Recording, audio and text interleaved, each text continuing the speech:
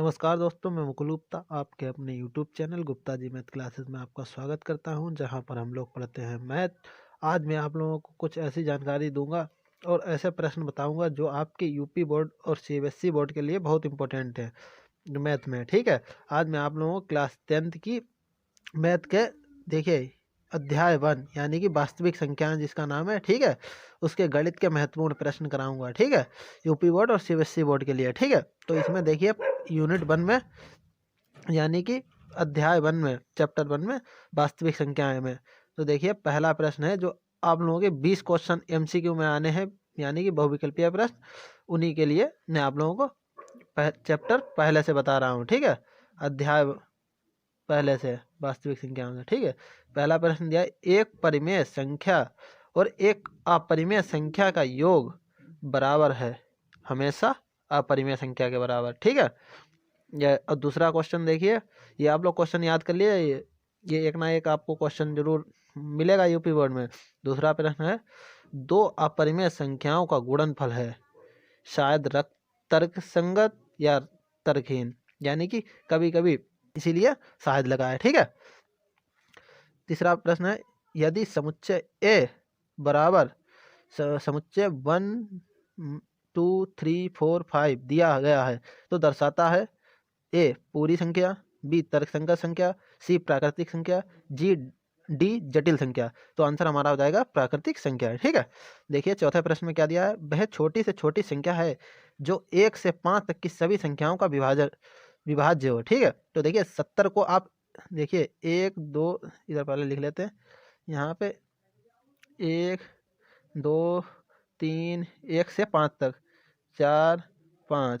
अब देखिए आप 70 को 1 से विभाजित कर सकते हैं, 2 से विभाजित कर सकते हैं, 3 से नहीं विभाजित कर सकते 70 को, तो यानी कि 70 तो होंगे नहीं। ठीक है, अब देखिए 60 को 1 से विभाजित कर सकते हैं, 1 से भाग दे सकते हैं, 2 से भी भाग दे सकते हैं, 3 से भी भाग दे सकते हैं। ठीक है, 3 से भी काट सकते हैं, 4 से भी काट सकते हैं, 5 से भी काट सकते हैं। तो यानी कि ये वाला हमारा बी वाला ऑप्शन सही हो जाएगा। देखिए सी को भी आप 3 से नहीं काट सकते, 1 2 से काट सकते, 4 से भी काट सकते, 5 से भी, 3 से नहीं काट सकते। डी को आप 4 से नहीं काट सकते, तो हमारा बी वाला आंसर सही हो जाएगा। भाई छोटी से छोटी संख्या जो 1 से 5 तक की सभी संख्याओं से विभाज्य हो, यानी कि 60। ठीक है, यह सबसे छोटी संख्या भी है और ऊपर से 1 से 5 तक से विभाज्य है। ठीक है, तो हमारा बी ऑप्शन सही हो जाएगा। पांचवा प्रश्न देखिए, दो अपरिमेय संख्याओं का योग या अंतर सदैव होता है, तो इसमें हमारा आंसर हो जाएगा, उसमें विकल्प दिए होंगे तर्कहीन, तर्क तर्क संगत या तर्कहीन। ठीक है, या दिया होगा तर्क संगत या तर्कहीन, अगल दिया मतलब अलग दिया होगा तर्कहीन, तो आप लोग तर्कहीन पे टिक मारेंगे इस तरीके से। ठीक है, गोला किया जाएगा। अब देखिए छठा प्रश्न क्या है, किसी पूर्णांक यम के लिए प्रत्येक सम पूर्णांक का रूप होता है, तो देखिए इसमें हमारा आंसर हो जाएगा 2m।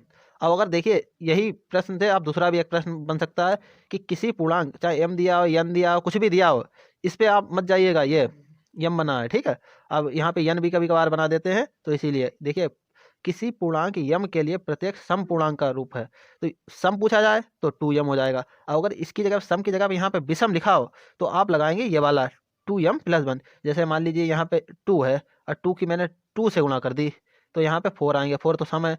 और देखिए यहाँ पे 2 की मैंने 2 से गुणा करी, तो यहाँ पे आएगा 4 और ये वाला 1 + 5, तो ये हो जाएगा 5। ठीक है, तो अगर विषम पूछा जाए तो ये हो जाएगा 2m+1। ठीक है, सातवां प्रश्न देखिए, यूक्लिड की विभाजन कलन विधि का प्रयोग करते हुए 231 और 396 का मासापा है, यानी कि देखिए मासापा निकालना है, तो देखिए इसका हम यूक्लिड विभाजन से निकाल लेते हैं। इसका हो जाएगा 396 को अगर हम 231 से गुणा करें, 231 गुणे 1 प्लस देखिए 100, देखो 231 और इसमें से 231 घटा दें 396 में से, तो बचेंगे इधर 30 हमने घटा दिया, तो 66 और 1 65, यानी कि 165। ठीक है, अब देखिए 231 यहाँ पे आ गए, तो 165 से गुणा कर ली, यहाँ पे 35 और 31, 30 और 30 60, 66, यहाँ पे 66 आ जाएंगे, 165 आ जाएंगे। ठीक है, तो 66 से 2 को गुणा कर दी, 66 + 33।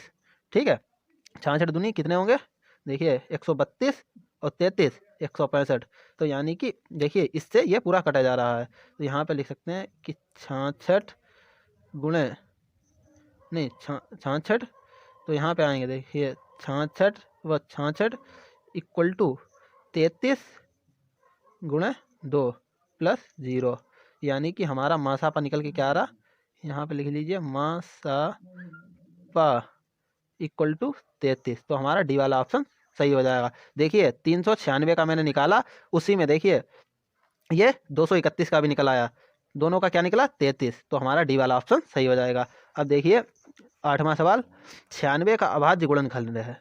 देखिए 96 का अभाज्य गुणनखंड हम यहाँ पे कर लेंगे सीधे सीधे। 96 के क्या निकलेगा, देखिए 96 लिखे, एलसीएम इसका ले लिया मैंने, 2 से किया तो यहाँ पे बचेंगे कितने 48, फिर 2 से किया 24, फिर 2 से किया 12, फिर 2 से किया 6, फिर 2 से किया 3, फिर 3 से किया 1, तो यानी कि 1 2 3 4 5, 2 की पावर 5 इंटू 3, तो ए वाला ऑप्शन सही हो जाएगा। ठीक है, देखिए नवा प्रश्न क्या दिया है, n स्क्वायर माइनस 1 8 से विभाज्य यदि n है, ए एक पूर्णांक, बी एक प्राकृतिक संख्या, सी एक विषम पूर्णांक, डी एक भी पूर्णांक, तो हमारा आंसर हो जाएगा एक विषम पूर्णांक। ठीक है, 10वां प्रश्न देखिए, 26 और 91 का एचसीएफ यानी कि मासापा है, तो 26 का और देखिए 91 का इस प्रकार हम निकाल लेंगे। देखिए 26 इक्वल टू 2 गुणे 13, ठीक है, और 91 का देखिए 7 गुणे 13, तो दोनों में हमें कॉमन क्या मिल रहा है 13, तो हम ले सकते हैं मासापा बराबर 13, तो हमारा ऑप्शन बी सही हो जाएगा। ठीक है, देखिए 11वें में क्या पूछा गया, 22/7 का दशमलव प्रसार है, तो इसमें दिया होगा ये वाला हम लगाएंगे गैस समाप्ति और दोहराव, यानी कि देखिए 22/7, 7 से अगर हम 22 को भाग दें तो दशमलव प्रसार देखिए किस में जा रहा है, इक्वल टू ये देखिए 3.14285714286, देखिए समाप्त भी नहीं हो रहा, इससे आगे भी हम इसी तरह का करते चले जाएंगे। ठीक है, ये देखिए मैंने लाइन खींच दी, मतलब इस तरीके से कर दिया डेड डैश, तो देखिए इसी तरीके से और भी आगे चलते चले जाएं। और देखिए दोहराव भी हो रहा है, देखिए 3.14 आया, यहाँ से देखिए 1428 शुरू हो गया फिर से, तो इसीलिए देखिए गैर समाप्ति और दोहराव, समाप्ति भी नहीं हो रहा और दोहरी संख्याएं भी आती जा रही हैं, देखिए A1428 1428, ठीक है, इसी प्रकार तो हम लगाएंगे आंसर गैर समाप्ति और दोहराव। देखिए 12वें प्रश्न में क्या पूछा है, किसी पूर्णांक यम के लिए वही प्रश्न आ गया जो मैंने अभी आपको पीछे बताया था उसी प्रकार का, उसमें सम पूछा गया था, इसमें देखिए विषम पूछा गया। किसी पूर्णांक यम के लिए विषम पूर्णांक को निम्न प्रकार से दर्शाया जा सकता है, तो देखिए मैंने अभी आप लोगों को बताया था कि देखिए विषम के लिए हम लगाएंगे 2m + 1, ठीक है, और सम होगा तो ये लगाएंगे 2m। ठीक है, 13वें प्रश्न में देख लेते हैं, निम्नलिखित में से कौन सा तर्कहीन नहीं है, देखिए 3 + √7, ठीक है, ये बी में 3 - √7, सी में दिया है 3 + √7 3 - √7, डी में दिया है 3 √7, तो देखिए इन सब में रूट वाली संख्याएं आ रही हैं। अब सी में देखिए हमारा आंसर सी सही हो जाए, क्योंकि देखिए इसमें भी रूट आ रही है, लेकिन देखिए a + b a - b सूत्र बन रहा है, देखिए यहीं पे लिखे दे रहा हूँ मैं, a² - b² का क्या सूत्र होता है, a + b a - b, देखिए a 3 को मान लें अगर हम, या कुछ भी किसी प्रकार मान लें, देखिए a + b a - b, तो हम इसे 3 + √7 और 3 - √7 को a² - b² के रूप में लिख सकते हैं। देखिए इस प्रकार यहाँ पे हो जाएगा, यहाँ पे 3 का स्क्वायर - √7 का स्क्वायर, ठीक है, तो यहाँ पे 3 का 9 - √7 का होगा 7 = 2, यानी कि देखिए यहाँ पे कोई भी तरकीन नहीं आ रहा, 2 आ रहा है, और यहाँ पे रूट में संख्याएं आ रही हैं, तो ये वाले सब कौन सा तरकीन नहीं है, यानी कि ये वाला तरकीन नहीं है, इसमें सीधे सीधे 2 आ रहे हैं, और इनमें देखिए √7 आ रहा है, मतलब रूट की संख्या कोई भी आ जाए तो वो हमारा तरकीन हो जाएगा, यानी कि मतलब इसका कहने का है, तो यानी कि ये वाला हमारा सही हो जाएगा, 2 आ रहा है सीधा सीधा, तरकीन नहीं है। 14वां प्रश्न देख लेते हैं, 6,8 और 22 का एलसीएम और एचसीएफ का अनुपात है, तो इनका हमें एलसीएम और एचसीएफ निकालना है, यानी कि मासापा और लासापा निकालना है, तो इनका हम इस प्रकार निकाल सकते हैं। देखिए मैं यहीं पे आप लोगों को बता दे रहा हूँ कि देखिए 6 का अगर हम निकालें तो हमारा निकल के आएगा 2 × 3, ठीक है, 8 का अगर हम निकालें तो हो जाएगा 2 × 2 × 2 एलसीएम, ठीक है, और अगर 22 का निकालें तो हमारा हो जाएगा देखिए 2 × 11, ठीक है, तो इसमें हमें तीनों में क्या कॉमन मिल रहा है, सबसे पहले लिखेंगे 2, इंटू 3 इंटू 11। तो इसमें 2 की कितनी घातें हैं, देखिए 1 2 3, तो इसमें 3, ठीक है, 3 1 11 1। तो हम इस प्रकार लिख सकते हैं, देखिए 2 की 3 करेंगे तो 2 एकम 2, 2 दूना 4, 4 दूनी 8, 8 गुणे 3 गुणे 11। तो यहाँ पे 11 की 3 जगह देखिए ऐसे कर लेते हैं, 8 तियाँ 24, 24 की 11 से गुणा करेंगे तो 24 दशावन 240 और 24 तो हो जाएंगे 240 264, ठीक है। अब देखिए ये हमारा निकल आया। अब इसमें देख लेते हैं, इसमें कॉमन तीनों में मासापा क्या निकल के आएगा, लसापा 264, ठीक है। और देखिए मासापा, मासापा इन तीनों में देख लेते हैं क्या कॉमन मिल रहा है, 2 मिल रहा है, ठीक है, तीनों में 1, इसमें भी 2, इसमें भी 2, इसमें भी 2, तो हमारा मासापा निकल के आएगा 2, ठीक है। 3 भी नहीं मिल रहा है इसमें भी।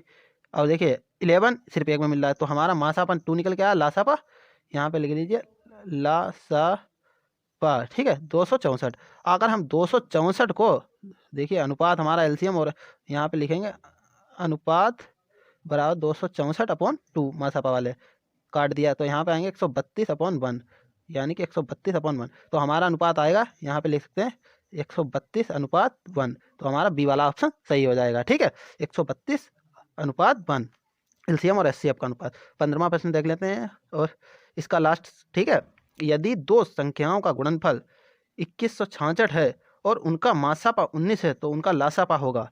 तो इनका हमें लासापा निकाला है। देखिए दो संख्याओं का गुणनफल 2166 है, यानी कि 2166 है, और उनका मासापा यानी कि मासापा 19 है, तो उनका लासापा होगा। तो लासापा निकालने के लिए देखिए हम क्या करेंगे, देखिए यहाँ पे होता है ए इंटू बी और एलसीएम इंटू एचसीएफ, ठीक है, एचसीएफ, यह सूत्र एक होगा। इसी प्रकार का मैंने तुरंत बना दिया। इसी प्रकार से आप लोगों को लैंग्वेज कुछ और दी होगी, लेकिन इसी प्रकार से लिखा होगा। तो देखिए दो संख्या है, यानी कि ए और बी का गुणनफल गुणे में है 2166, ठीक है, बराबर एलसीएम निकालना है, एचसीएफ है, एलसीएम इंटू एचसीएफ कितना है, यानी कि मासापा कितना है, देखिए मासापा है 19, ठीक है। अब हम इसे 19 को गुणे में है, देखिए इसके एलसीएम के, इसके यह नीचे पहुंच जाएगा भाग में, तो यानी कि एलसीएम को मैंने यहीं पे लिखा रहने दिया बराबर ये 2166 अपॉन में पहुंच जाएंगे 19, तो 19 को मैंने भाग दिया, तो यहाँ पे एलसीएम का मान आएगा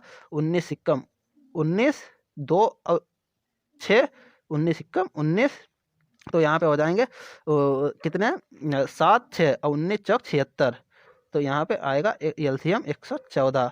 तो हमारा बी ऑप्शन सही हो जाएगा, ठीक है। अगर इसमें आप लोगों को कोई दिक्कत हो तो आप लोग पूछ सकते हैं और कमेंट कर सकते हैं। देखिए यही मुझे जो प्रश्न आप लोगों के लिए इंपॉर्टेंट लगे वो मैंने बताने का प्रयास किया है, ठीक है। और इसी प्रकार मैं और भी चैप्टर के मतलब प्रश्न डाल दूंगा जो इंपॉर्टेंट प्रश्न है। मैंने अपना अच्छे से अच्छा मतलब तरीके से समझाने का प्रयास किया है। अगर आप लोगों को अच्छा लगा हो तो आप लोग वीडियो देखते रहिए, ठीक है। तो आज के लिए धन्यवाद। कोई दिक्कत हो तो आप लोग पूछ सकते हैं, कमेंट कर सकते हैं, ठीक है। ठीक है, धन्यवाद दोस्तों।